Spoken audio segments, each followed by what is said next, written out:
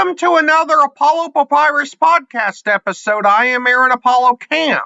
For this episode, my interview guest is the author of the illustrated books Two Goats and Election Day, the latter of which is about elections in the United States. His name is Jonathan Bernstein, and my interview with Jonathan will follow the note-taking sounds. Jonathan Bernstein, welcome to the Apollo Papyrus podcast. Thank you, Aaron. It's great to be here. Feel free to introduce yourself to our listeners.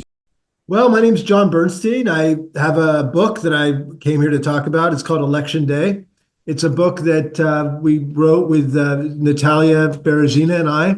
It's a book that tackles the big issue of how elections are handled in the United States.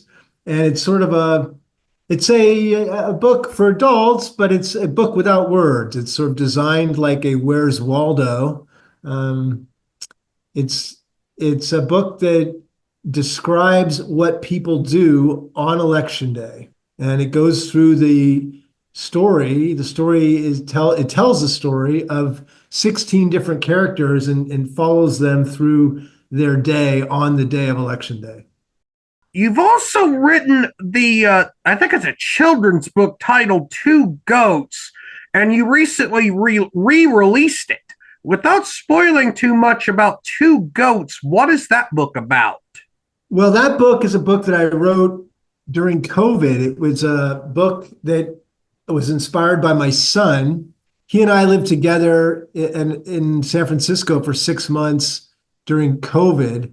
And it's an unusual time in my life. I don't think it'll ever be repeated, where I didn't see anybody other than one person, and he didn't see anybody other than one person either. We're very careful. We didn't go out at all. We got our food delivered. And my son, who was only 5 years old at the time, he developed a kind of an understanding of the outside world that was different from his understanding before or since. It became something you see through the window or you see from across the street. And that book came out of that. It's not a book about COVID, actually. It's about a book about adventure, about discovery, about taking risks. And it's a book for anybody who wants to teach their children about how important it is to take risks, and yet how when you take risks, you learn something. And maybe it's not as dangerous and as scary as it sounds. And as you mentioned in your intro, you authored I don't know if it's truly a children's book or if it's an illustrated book for adults or all ages, but it's called Election Day, and it's about elections here in the United States. Without spoiling too much about Election Day, can you tell us a little more about it? Sure. Well, the idea actually stems from a German tradition. It's a thing called a Wimmelbuch, and the word Wimmel means teeming, as in teeming with life. So this book has just 16 pages, but it's produced on artboard. So in other words, very thick paper and very glossy, and it's a giant book. It's probably the biggest book you'll have in your collection, unless you have big atlases or something. It's 10 inches by 13 inches. So when you open it up, it becomes, of course, 20 inches by 13 inches, a giant panorama. And every page shows the activities of these 16 people I mentioned, first early in the morning, and then as you turn the page, it gets later in the day. I turn the page again later in the day, and you see what happens in a fictional U.S. metropolis on Election Day. Now, is your book Election Day targeted toward adults, children, or both? It's really more for adults. It's got a lot of things in it that are not really designed for children. It could be, say, age 14 and above or something, but it's intended to be a book for adults, although that's a great question. The original Wimmelbuch, the original German form, was really for kids, but this is intended for adults. How did you come up with each of I believe you said 16 characters in your book Election Day, and why are fewer than half of them depicted as voting in your book? Well, we tried to model the action in the book on real data from the voting polls. So it turns out that not so many Americans vote, and some of the Americans don't vote for simple reasons, like they're just too young to vote, right? I mean, there's certain numbers of people who don't vote for that reason, but there are also people who don't vote for other reasons, such as it's not convenient or they don't believe it's important or something. So in our book, 6 out of these 16 people vote, which is about what you can expect from the standpoint of voting records and voting history within the U.S. population. It's not much more than that. Although the presidential election here in the United States that was held last year has concluded, the congressional midterm elections, in which the entire U.S. House of Representatives and around 1/3 of the U.S. Senate will those seats will be up. Now, those elections will be held next year in 2026. Why is it important for U.S. citizens who are eligible to vote in all federal, state, and local elections, even if the presidency isn't on the ballot? Well, that's something that people often don't appreciate. It turns out that there's a lot more power locally in some ways that people have compared to nationally. The national situation, which draws out most of the voters, is in many senses because of our system with the Electoral College, a somewhat limited game. There are a number of states and even counties that can decide an election. So it turns out that if you're going to skip an election, you probably want to skip that election. I'm not advocating for skipping any election. That's not the point. The point is that people have an enormous amount of influence in their local elections and their state elections that they have a harder time in many states, in many jurisdictions, exercising in a national election. So one of our points is that in the U.S., and I think U.S. and Britain are unique in all the OECD countries, the advanced countries, to not hold elections on either a weekend or a holiday. That's one reason I think that contributes to the lower turnout that you see in the U.S. relative to many countries. So one of the ideas behind this book is to point out, okay, it is sometimes hard for people to vote.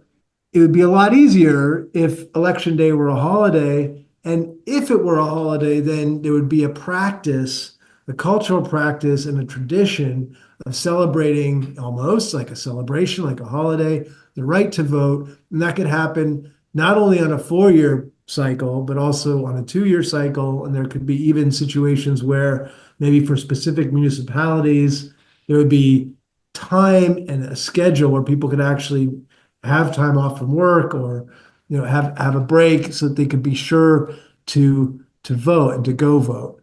So there's a lot to say there, but overall, what's happened, I think, is that the U.S. democracy is hurt by the fact that people are very busy and in some cases, it's very hard for them to vote. That would be less true if there was a holiday or some opportunity like that for people to make more of a culture around that. And by the way, if you think about holidays, American holidays, something like even the Super Bowl has a tradition. Halloween, we know that tradition. Super Bowl snacks and commercials, and Halloween is parties and trick or treating and barbecue and fireworks on 4th of July, but nothing like that on Election Day. And if there were if we were able to make that a federal holiday, I think you'd start seeing a little more culture around Election Day, and that could bring more people into the tent, get more people involved. And I think that'd be good for democracy. And keep in mind, not only is Election Day not a federal holiday in the United States, but Valentine's Day and Super Bowl Sunday are not official federal holidays, but yet there's usually more people watching the Super Bowl than there are people who regularly vote every time there's an election. Well, that's a great point, but keep in mind the Super Bowl's on a weekend. So Super Bowl Sunday, and they don't hold the Super Bowl on a Tuesday. I think if you were to hold Super Bowls on Tuesdays, you might not get the same kind of participation, right? So the NFL knows how to promote something, but apparently the US government doesn't look at things like that.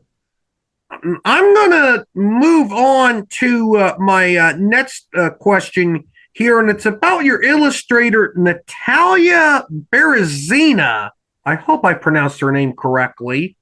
And she done the illustration work for, as I understand it, both of your books. What was it like to work with Natalia on your book projects?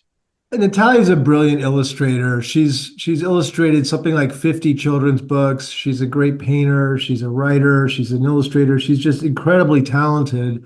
And to give you a little idea about how this book, the election day, was written, we created what's called an Urbuch, or like in German, the word Ur means it came before. So what I do is I make a document.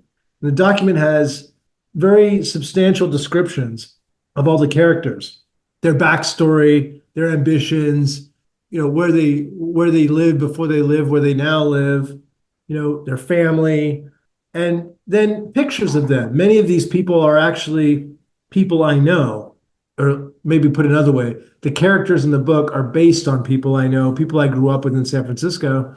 So I know them very well, and I have in my head a picture of what they should look like, what they should be doing, how they act, how they relate to other people. And all this is described in some detail in this Urbuch, right? In this story that precedes the book Election Day that you would see.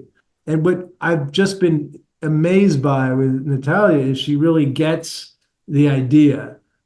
She, again, it's a work together thing, but she's able to realize these ideas and really bring these people to life in a way that is just incredible. I've really never worked with anybody who's as talented and as quick to understand and to transform, simple ideas sometimes into really complex designs. So it's just an incredible thing to work with her. She's just an amazing person. How long did it take you to write each of your books? Well, I'll tell you, this kind of it's a great question. This book, Election Day, make Election Day a federal holiday, is a book that's part of a series. Okay, so our next book is going to be about Halloween, and the idea is to use the same characters and a very similar situation, a similar environment, maybe not quite the same city, but a similar city, and to put those characters, the same characters that you know and you love from Election Day, into another day, another holiday, or another important day in the US, and see what they do there. So a lot of work went into creating the characters, deciding what their relationships are, where do they live, what streets they live on, what cars they drive, what their preferences are, how they move around their environment. But I think that as we develop more books, these characters are already quite developed. So now it's more of a question of how to make them consistent through the books, through the series, and develop their personality within this book series. So I don't know if you've seen books like Hergé's Tintin, but if you look at Tintin, you'll see that there are a lot of characters in the book, other than Tintin himself, who reappear in different books. And you like those characters if you're a fan. You like Captain Haddock, he drinks too much, and he's an old sailor, but he's very courageous, and he stands up for what's right. And there's this scientist guy, Calculus, who is sort of hard of hearing, and he's very involved in his scientific projects, and he is in demand as a speaker in the world, but he's always kind of a buffoon in certain ways. Okay, so you get to where you like these characters. It's a similar thing with Election Day. We have a set of characters, a group of people who interact with each other, and you get to like them, and you want to see them again and again. So you've seen them on Election Day, You're going to see them again in the next book, which is Halloween. And we intend to do other books, such as the 4th of July, Thanksgiving. And you're going to see again and again these people. And they have uh, a, some of our readers are very interested in what they're going to be doing on these other days. So we're thinking hard about that, and we're trying to position them and put them in these other situations. That's the objective. So to answer your question, I think it's going to get a little easier because a lot of their characters have been established. A lot of who they are is now built into their story. But there are still a lot of questions to ask about, well, what do they do in these other situations when they're no longer living where they were, when they're no longer going to where they were going? These kinds of questions are now ahead of us. Are both of your books that have currently been published independently, traditionally, or hybrid published, or did you use different publishing methods for each of your books? They're different. They're different. And the reason why is that without support of a major publisher, which we don't have, you can produce books like Two Goats on a print-on-demand basis. So that's very easy. It's very easy in the sense that uh, you don't have an inventory and you don't have any financial risk, let's say. You just make a book and then you talk about it and it goes out into the world. But Election Day is a different situation because Election Day and all the Vimla book, the Where's Waldo type books, they're not, you can't possibly do that. There's no print on demand version available. So these books are really produced in a very traditional way. In other words, you order the books, you get a lot of copies, and then you distribute them, right? So these books exist before anybody orders them or before they're even out in the world. And I really like both methods. I really like the Election Day method because you get this incredible product. It's like I say, it's on artboard. It's this giant book, the kind of thing that nobody could ever make as print on demand. It's too elaborate. It's too high quality, and it's itself actually an art piece. I think of Election Day as an art piece, whereas I think of Two Goats as a book. And I think that's something that may be hard to appreciate if you're just looking at these books online, is that the Election Day book is it's a whole different category of book. You could go to any bookstore and not find a book that has this high quality of production. I'm going to finish this interview with one final question. It's an interesting fact about you. In addition to English, you can speak 5 other languages: Spanish, French, German, Swedish, and Russian. Aside from them being Indo-European languages, there's not much else in common between them. What motivated you to learn how to speak multiple languages? Well, Aaron, that's a good question. It's a kind of a long question. My career is in language. So I studied languages my whole life. I had the good fortune to live in Europe for a number of years. I lived in France for 2 years, and I lived in Germany for 2 years. I lived in Russia for almost 2 years. I've always loved languages, and I think that many people who study culture know that, with some exceptions, and there are some important exceptions, that the language is the key to a deeper understanding of another culture.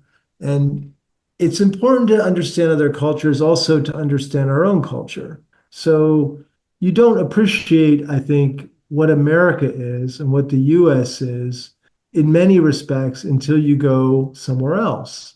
And then you see how many advantages there are here and some things that maybe we could do better. But having another language and studying other cultures and studying other literatures is an opening to experience that you can't get if you don't have a different way of thinking and a different way of talking and a different way of listening.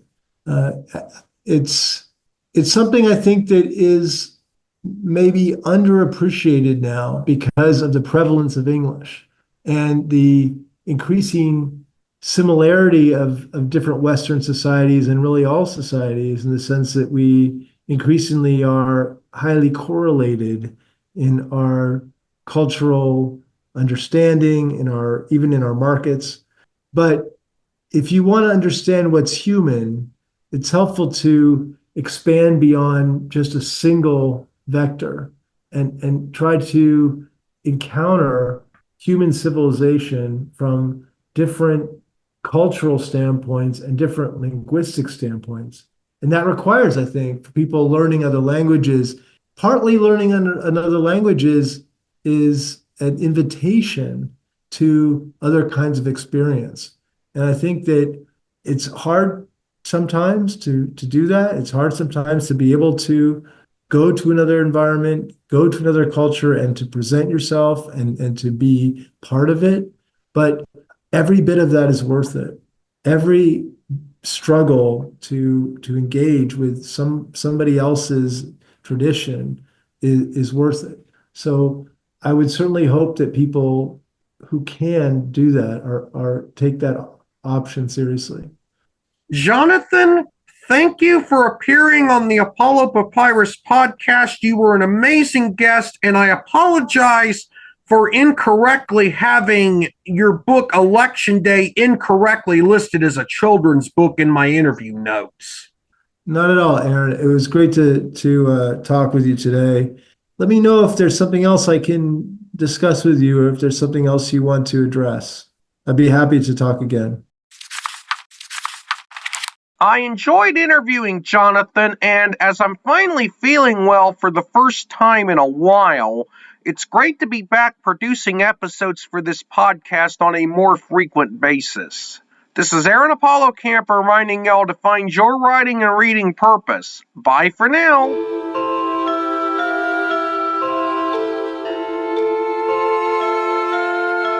Copyright 2025, Aaron Apollo Camp, all rights reserved. This podcast episode is intended for the private listening of our audience. Any reuse or retransmission of this podcast episode without the express written consent of the podcast host is prohibited except under fair use guidelines. Royalty-free music and sound effects obtained from https://www.zapsplat.com.